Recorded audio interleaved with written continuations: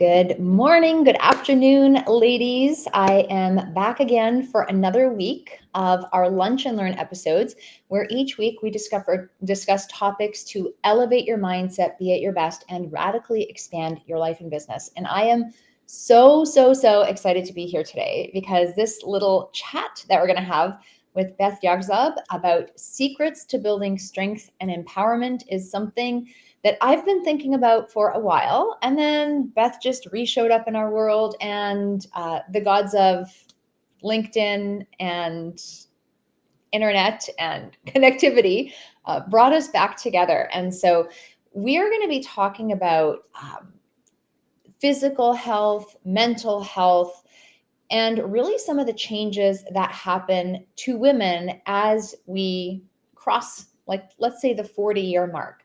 It's a pivotal time for so many of us. And so often when we get to this point of what we consider midlife, it's like, oh, downhill from here. But we are going to really talk about how you can absolutely thrive and show up even better than you ever have before. So Beth is she's got more than 15 years of experience in the fitness industry. She is a personal trainer and also works with fitness education companies to develop continuing education program for fit pros. And so she's going to talk a little bit more about her journey, but this is Beth Yarzab. I've known her for many years. Love her to death. So thank you so much for being here, Beth. Thank you for having me. This is my community. I love the Abundance Accelerator and just the Abundance Academy, everything you do, Larissa. So I'm excited to be here and chat with you always. Beautiful. So we're talking about strength and empowerment. And I know you've had a really vast journey. You've had a big journey along the past few years. So can you maybe just tell us a little bit about where you got started and how you got to this point of even working in the area of health, fitness, and well-being? Sure thing. So much of my journey revolves around my kids, actually, and I think that's pretty common for a lot of women our age. And my twins were born, and I was home with them after working in corporate HR for a number of years and started my own business in the areas of career and fitness coaching for mothers. So I worked very closely with mothers for a long time, helping them reinvent their careers, helping them reinvent their health and fitness journey at that stage of life. And through that, did a lot of different aspects of that business, running events and retreats and doing online training and in-person group training and personal training, all the things, and helping moms with resumes and interview prep and all the kind of career personal development stuff. And my kids got older and they didn't need mommy as much anymore. And I reinvented my career in fitness education. So I actually helped career development for Fit Pro specifically through continuing education. And I joined CanFit Pro, which is Canada's largest fitness certification company. And I was a curriculum developer. So I worked on the personal training specialist certification for about 3.5 years.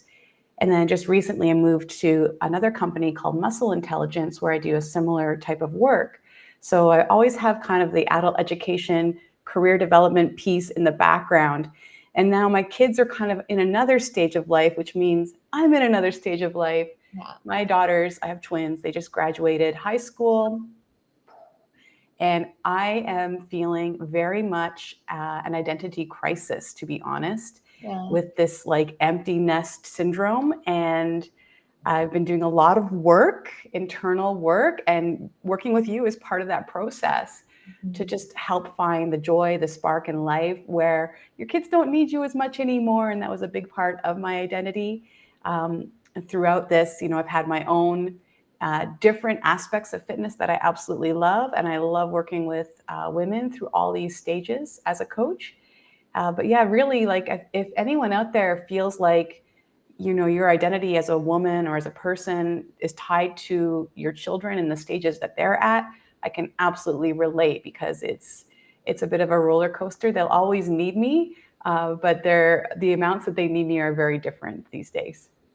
And probably the aspects they need you in, right? Like they need you for this, they need you for this. They're always going to require your presence. However, it changes. And I remember, I feel like the first year or two of my son's life really defines parenthood, because every 4 months or so at that stage, things change. And it's like, you finally get a sleep routine, you finally get a feeding routine, you finally get this routine, you finally figure them out. And as soon as you figure them out, they change. And as kids get older, those time gaps get a little longer, right? It's not every 4 months. Maybe it's every year or 2 years or every season. But there, as soon as I feel, and even now with my son, and I'm sure you've got an element with your girls, as soon as you figure them out, you've got the change. And now you've got a really big change because they're gone, and they don't need you as much on a day-to-day basis, like physically, like drive me here, do this for me, make me breakfast and lunch and dinner and my laundry. However, there is definitely an emotional level of support that is required. And so so often we can take this on as mothers and as parents.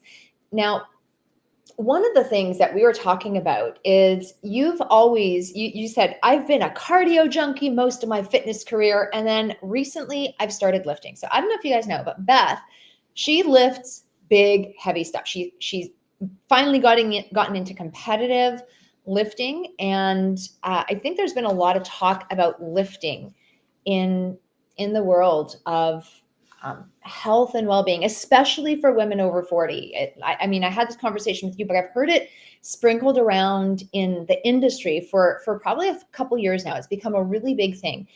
Can you explain why lifting is so important for women over 40? And then maybe we'll tie it back to this whole parental emotional and empowerment thing after that. But let's go to the physical side. Like, why physically is it important for us to lift? For sure. So as we get into perimenopause, which is those years before we stop having a period, our hormone levels fluctuate a lot and we see estrogen dropping off. And lifting heavy is a way that we can create kind of like what estrogen used to do for us in terms of creating strength and power and building strength. And so we need an external stimulus like lifting heavy things to create that strength even more now because our estrogen is lowering. And at this time of life, the number one symptom of perimenopause is anxiety and feeling things like panic attacks, foggy brain, and unsure of yourself from a mental health perspective. And then that's again because of these fluctuating hormones, and it hits women. We all have our own experiences with it, but it's very challenging for many of us. Lifting heavy helps kind of clear the cobwebs mentally. It helps with cognitive abilities and longevity because we are learning how to hold our body in particular positions to create stability, to generate mobility, to get into different shapes, whether it's a squat, a deeper squat, a lunge, a push, a pull, a hip hinge like an RDL, and all of those aspects of movement are skill based. As you know, being from a Pilates background, there's so much skill built into movement. And when we get better and better at those skills, we get higher and higher output. So some of our exercises are, more skill based, but then when we move them into that kind of output deliverable, we can lift really heavy, and those movements become ingrained because we've cleared the pathways. We've developed stronger neural pathways, and that's that cognitive piece, that mind to muscle connection, which is so good for cognitive ability long-term and just overall longevity. So we're able to have, at this time of life, feeling badass, lifting heavy weights and being good at that because we've put in the reps, lots and lots of practice.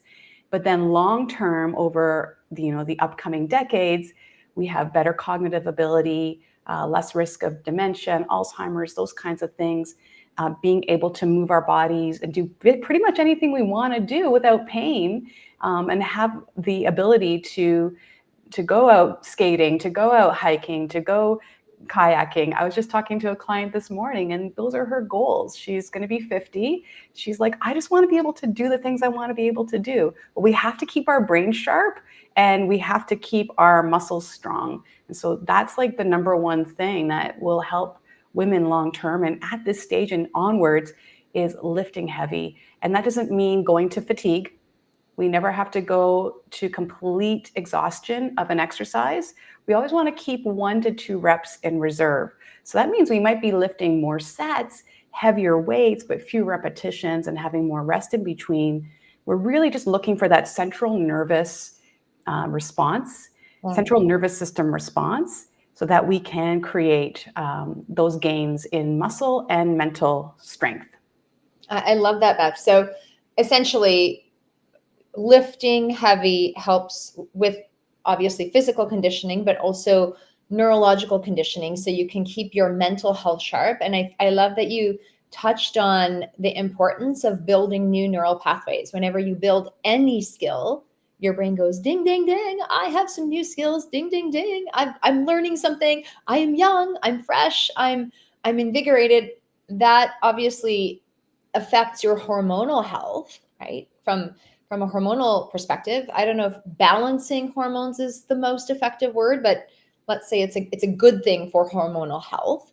And overall, that will help you deal with any changes you're encountering, whether it's, like you said, empty nesting, whether it's retirement, whether it's changing careers. I find it at like over 40, this is when women really go, am I really supposed to be here? Or there's a huge need to go truly pursue passions, whether it's recreationally or doing a 360 with your career. But if you don't have the support within and on the outside of your body and your muscles, it's going to be a really difficult thing to do.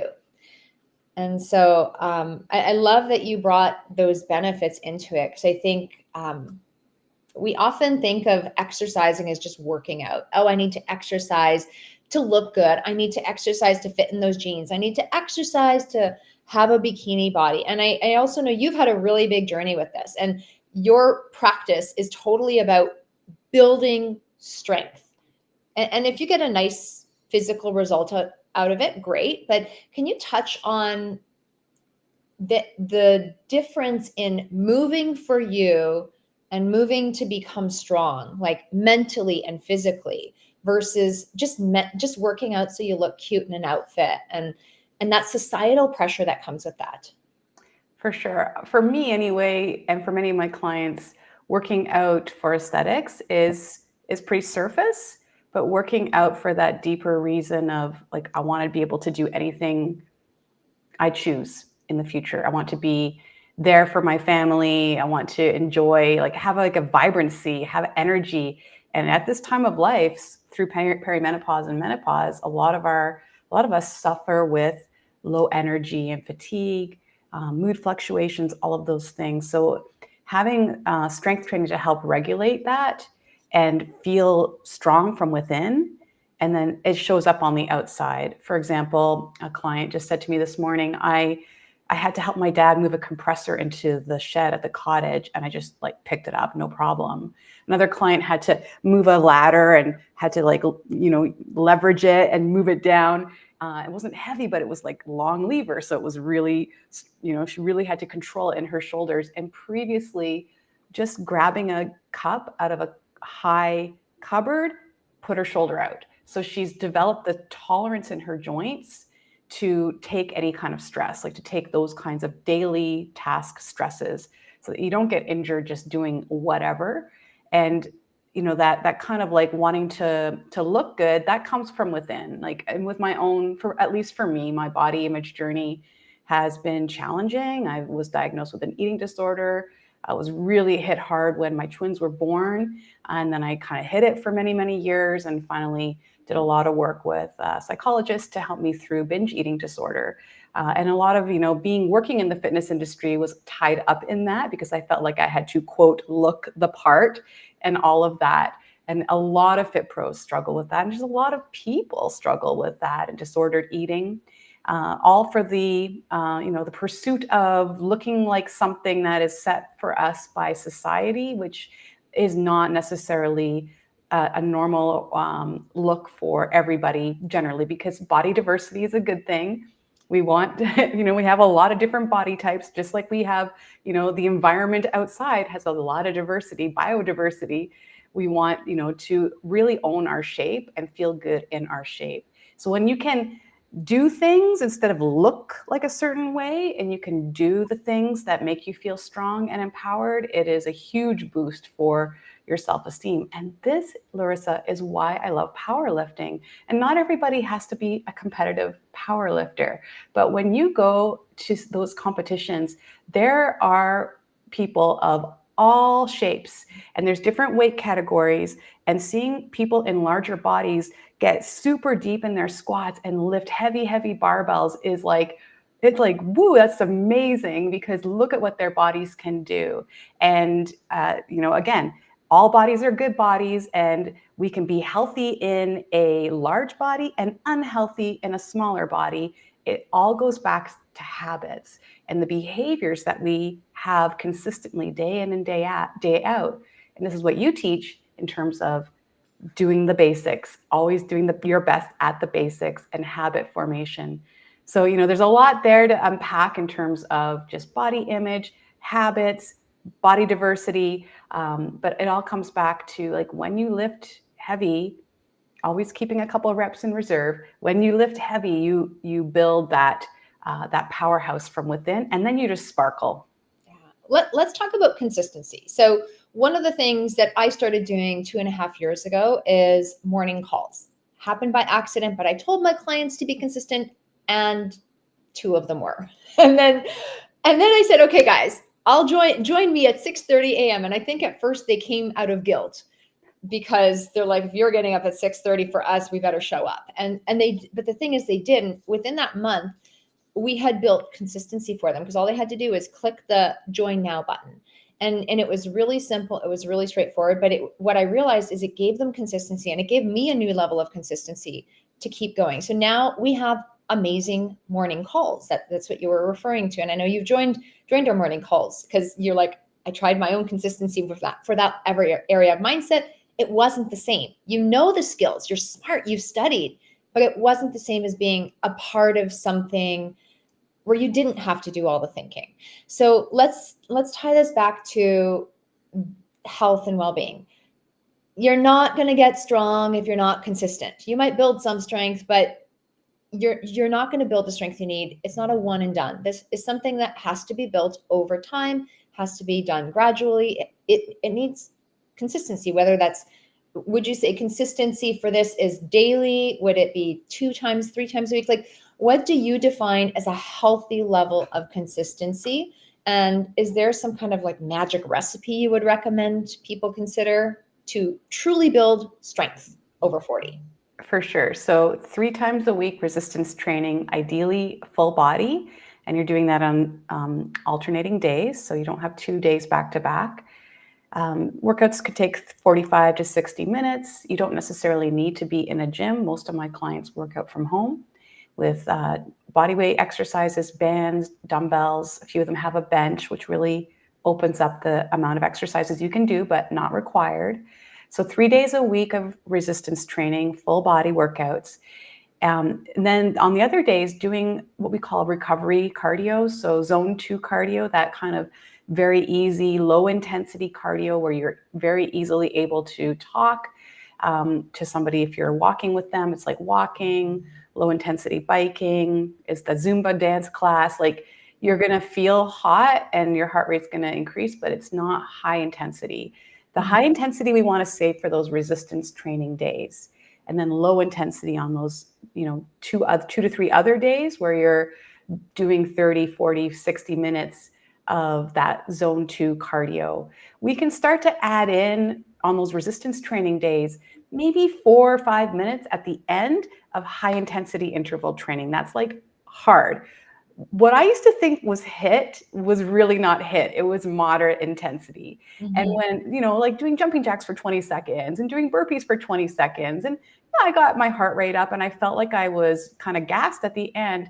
But because I was able to sustain that for 45, 60 minutes in a class, it wasn't true high intensity. It was moderate.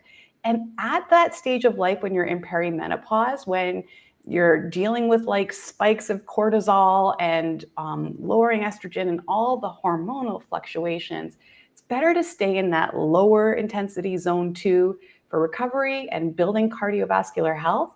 and then add that high intensity, like all out sprints, 30 seconds to 2 minutes recovery time, but not doing more than 4 to 5 minutes after that heavy resistance training. And so that's something you want to build up to. I wouldn't start a client out with that right away. We do 2 to 3 months of what we call foundations programming, where we're building the foundation of all the strength gains that are to come and all the health gains that are to come. But we need to focus on putting your body into structural balance, building the skills of the exercise, and just building the consistency. So something is better than nothing. If you can only do 20 minutes of resistance training, do those compound movements, squats, lunges, push-ups, rows, RDLs like hip hinges. Do those big compound movements because they are skill-based, because they do have they use a lot of muscle, so there's metabolic boost there. So that would be my recommendation, is 3 to 4 times a week, full body, 45 to 60 minutes if you can manage it. If you can't, then we can go to, do something. Just do something and do it consistently, so that even on your worst day, there's something that you feel like you have control of when it comes to investing in your health. Yeah, I love that. And one of the things that happened during the pandemic, I think one beautiful opportunity that came as a result is people started working out at home and people started finding new ways to do that. And when you were sharing some of the ways that you train your clients, I thought it was just like, oh, you're giving them a little workout while you work out with them. And you have some different ways that you've started doing virtual training sessions with clients. Can you maybe explain what that looks like? Because I came from a fitness and health background, and this was really innovative and really constructive for me. And like, tell us about some of the results you're getting with clients and why they're actually working. For sure. And I will say there is really nothing like an in-person coach, Yeah. because that in-person coach can be hands-on if you're comfortable and you give them permission to adjust your body in the way that is optimal for you in terms of setting up. They can cue you right there in the moment. Virtual coaching has been very successful for my clients, the handful of clients that I've had, where I have them do the workout on their own. So it's asynchronous. So they're doing the workout on their own, and they use their phone and they set up like a little tripod and they video their workouts or their 2 main exercises. And then they send me that through WhatsApp. And I use different softwares where I can analyze the videos to see, what's, are the joints and the angles, in the proper alignment that I'm looking for? Or are they bending their back in the bottom of the squat to get low? Those kinds of things I'm looking for. And I can draw and I can annotate and I can voice over and I can compare week to week and these kinds of things. So it's pretty cool what you can do with technology. I had my own coach online for about 18 months, and my goal was to be able to do body weight pull-ups. And this was during COVID, and we got the pull-up bar, put it in the garage and all the things. I made a lot of gains doing it virtually. I never got the pull-ups though, so it's still on my wish list. And I think if I'd had my coach in person, honestly, like it does take you to that next level. So there's a lot of benefits to an in-person coach, but certainly there's a lot you can do with a virtual coach. Just having kind of like doing it on your own time, and then having that kind of VIP service where you feel like your virtual coach is right there with you while you're doing it. I use things like voice notes and lots of text messages and little videos that I make for clients to educate them and to teach them what I want them to do in a lift, so that week by week we are working on those skills and we're improving those neural pathways. Yeah. And I think one of the things I remember you saying is, my clients, because they know they have to send me a video, they actually do their workouts. 100%. And I think that's a really powerful thing. And sometimes even something as simple as, I want to work out on my own. I don't want to go out to a gym. I'm not comfortable in that environment, but I want to do something. Having that accountability partner. Accountability is a success insurance policy. If you can get there live and in person, awesome. However, I think there are options. And even right now, we're in the summer, we're gearing up for fall. However, I find a lot of people, they abandon their routines. They mean to be consistent. They're like, just so much other stuff to do. Got to go on vacation. And it's possible to stay healthy, you might have to change or adapt how you do things. So if you are an in-person trainee, is that the right word? Maybe find someone to do something virtually, or adapt a workout, or get something different put together. And I think that whether it's mindset work, whether it's body work, whether it's work, whether it's personal work, I think everything should continue on. However, how you do it can change. So what are some ways that you can suggest women continue to stay strong, to continue building their health and empowerment while they're on vacation, while they're at the cottage? Maybe you've gone on an international trip and you can't take everything with you. It's great if you can take a couple things on a road trip, but what are some options and things that you've seen work really well for clients so they can do the things physically, but also just sort of fit it into their lives while they're away? Great question. So I always create travel workouts for my clients, and they're shorter, and they can bring some bands along in their suitcase, or just use their own body weight. And park benches are great for doing sit to stand and push-ups, and even rows and stuff you can set up. So there's so much you can do when you have a plan. So I would say the biggest thing is have a plan. Whether you set a plan for yourself of what you're going to do, what exercises you're going to do, when you're going to do it, have the tools with you because you've planned for it, or have a coach who can give you that plan. Like, the biggest hurdle I find, Larissa, is for folks is that accountability and just not knowing what to do, because physical fitness can be intimidating, especially if you are walking into a gym, or just like try to navigate how you're going to do it at home. It can be intimidating. Not knowing what to do and just not knowing where to start is a huge obstacle we get over when you have a coach who believes in you more than you believe in yourself, until you start to build that self-efficacy and you believe in yourself just as much as they do, and then you're unstoppable. Oh, beautiful. I love that.